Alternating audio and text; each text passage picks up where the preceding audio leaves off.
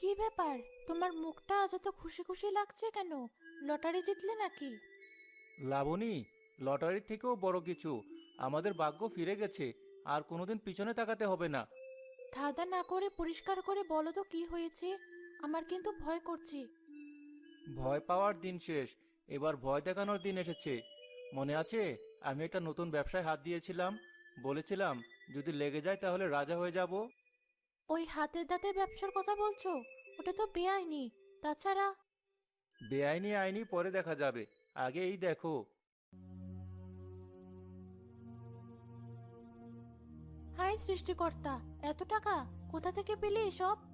প্রথম চালানের টাকা। যা ভেবেছিলাম তার 10 গুণ লাভ হয়েছে। সদরের ব্যাপারী তো আমার উপর মহা খুশি। বলেছে মাল যত দিতে পারবো টাকাও তত পাবো। কিন্তু এই টাকার পেছনে তো কোনো নিরীহ প্রাণীর রক্ত লেগে আছে। কাজটা কি ঠিক হচ্ছে? আমাদের তো অভাব নেই, তাহলে কেনই পাপের পথে যাচ্ছ? পাপ পুণ্যের হিসাব করলে দুনিয়ায় চলা যায় না লাবণী। সবাই এভাবেই বড় হয়। আমি তো নিজের হাতে মারছি না। আমি শুধু কিনছি আর বিক্রি করছি। এটা একটা ব্যবসা। তুমি শুধু ভাবো এই টাকা দিয়ে আমরা কি কি করতে পারি। নীলার